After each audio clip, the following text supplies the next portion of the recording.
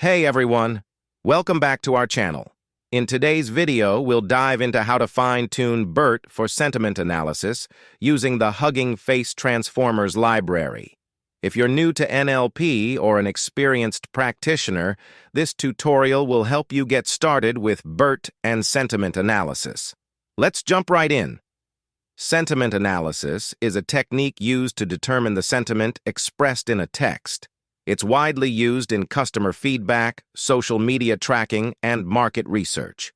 It helps businesses understand public opinion, improve customer service, and enhance their products. BERT, which stands for Bidirectional Encoder Representations from Transformers, is a powerful language model that understands the context of words better than previous models. Its ability to read context from both directions makes it particularly good for tasks like sentiment analysis. Today, we'll show you how to fine-tune BERT for your sentiment analysis projects using the Hugging Face Transformers library. Ready? Let's get started. First, we need to set up our environment. We'll use Hugging Face Transformers, PyTorch, and the Datasets library. First, let's open our terminal. This is where we'll be entering our commands. If you're on Windows, you can use Command Prompt or PowerShell. If you're on Mac or Linux, just open your terminal app. All right?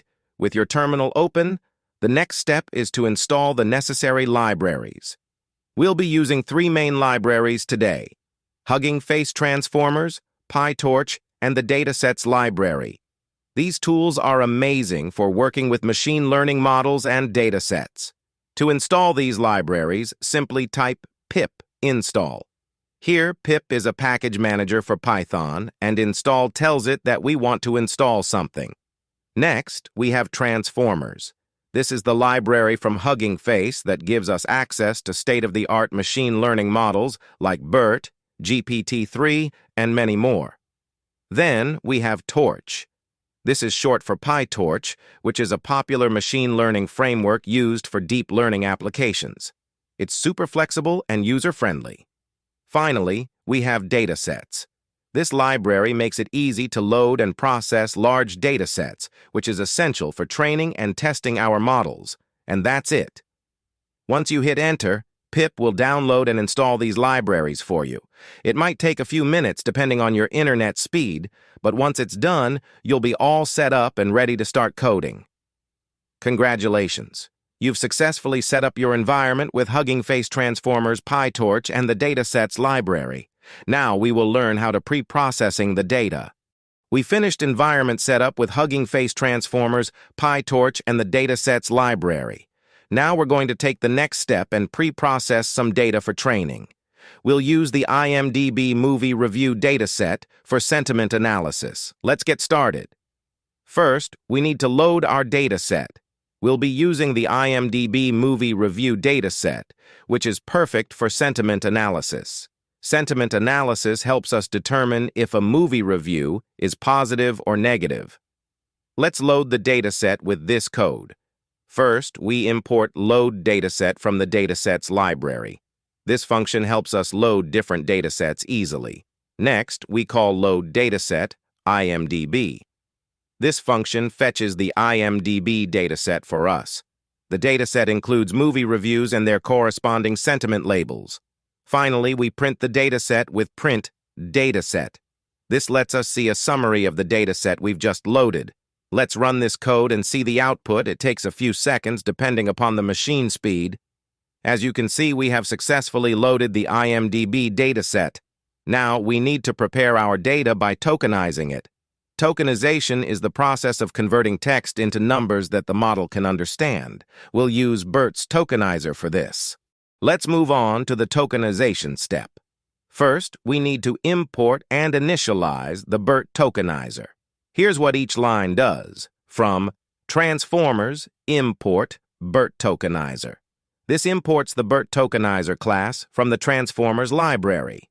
Next, tokenizer equal to BERT tokenizer dot from pre-trained BERT base uncased. This line initializes the BERT tokenizer. We're using the BERT base uncased version, which means it treats hello and hello as the same word. This helps simplify our data. Next, we define a function to tokenize our dataset. Def tokenize function examples. We're defining a new function called tokenize function that takes in examples from our dataset. Return tokenizer examples text.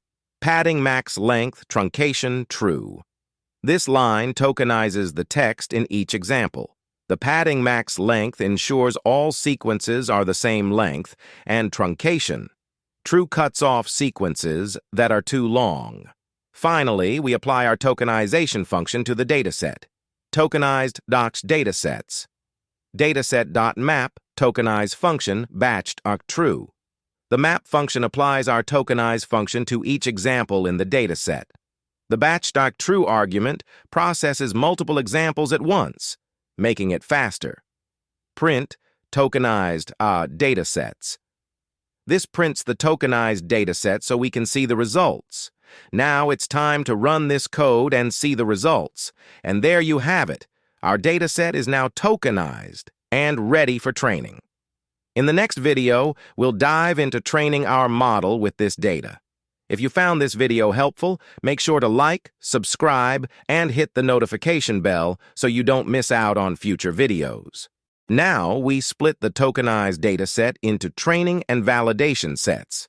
We use the train test to split method directly on the tokenized dataset to split it into 80% for training and 20% for validation.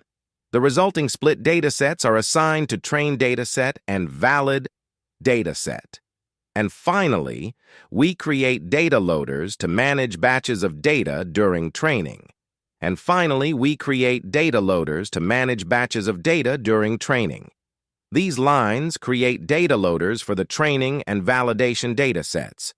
The shuffle, true parameter ensures that the training data is shuffled before each epoch, and the batch.size 8 parameter specifies the number of samples per batch. Let's run this code and see. It takes a few seconds to minutes based on the machine speed. And that's it. We have successfully split our dataset into training and validation sets and created DataLoaders to handle our data during training. So we pre-processed our data using the IMDb movie review dataset, split it into training and validation sets, and created DataLoaders to handle our data. Now, we're going to take the next step and set up our BERT model for fine-tuning. Let's dive in. To fine-tune our BERT model, we'll use the BERT for sequence classification class from the Transformers library. This class is pre-trained for sequence tasks like sentiment analysis, which is perfect for our IMDb dataset. Here's how we do it. First, we need to import the necessary classes. We'll import BERT for sequence classification for our model and AtomW for our optimizer. This line imports the BERT for sequence classification class, which we'll use to load a pre-trained BERT model specifically designed for sequence classification tasks. The AtomW class is an optimizer that helps in adjusting the learning rate during training. Next, we'll load the pre-trained BERT model using the FromPretrained method. Let's break down what this line does. BERT for sequence classification. This is the class that we are using to load our model. It's designed for tasks like ours, where we need to classify sequences of text. From pre-trained, BERT base uncased. This method loads a pre-trained BERT model. The BERT base uncased model is a version of BERT that has been trained on a large corpus of text and ignores case, meaning it treats hello and hello the same way. Num labels 2. This parameter tells the model that we have two labels in our classification task, which are positive and negative sentiments for the IMDb reviews. And that's it. We've successfully set up our BERT model for fine-tuning. Our model is now ready to learn from our training data and perform sentiment analysis on movie reviews. Now, we need to define our training arguments. This includes parameters like the output directory for results, evaluation strategy, learning rate, batch sizes, number of training epochs, and weight decay. And with the training arguments set, we create a trainer instance. The trainer class is a powerful utility from Hugging Face that abstracts away much of the boilerplate code needed for training models. Finally, we call the train method on our trainer object to start the training process. And that's it. This code will fine-tune the BERT model on your training dataset and evaluate it on the validation dataset after each epoch. If you have any questions or run into issues, feel free to drop a comment below.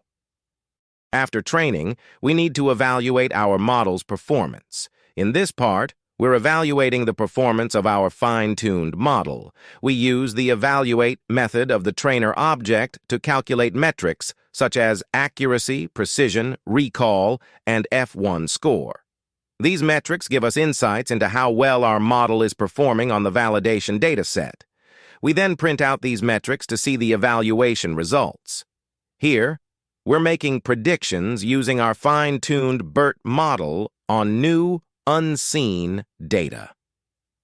We use the predict method of the trainer object and pass in the validation dataset. This method returns the predictions made by our model on the validation dataset. We print out these predictions to see what our model predicts for each sample in the dataset. Let's execute this code and observe the outcomes. It may take a few minutes to finish processing. Here, I am displaying the results after the execution completed. And there you have it. We fine-tuned BERT for sentiment analysis using the Hugging Face Transformers library. Thanks for tuning in. Today, we've fine-tuned BERT for sentiment analysis using Hugging Face Transformers. From setup to predictions, we covered it all. If you enjoyed this video, like and subscribe. Leave your questions below. See you next time.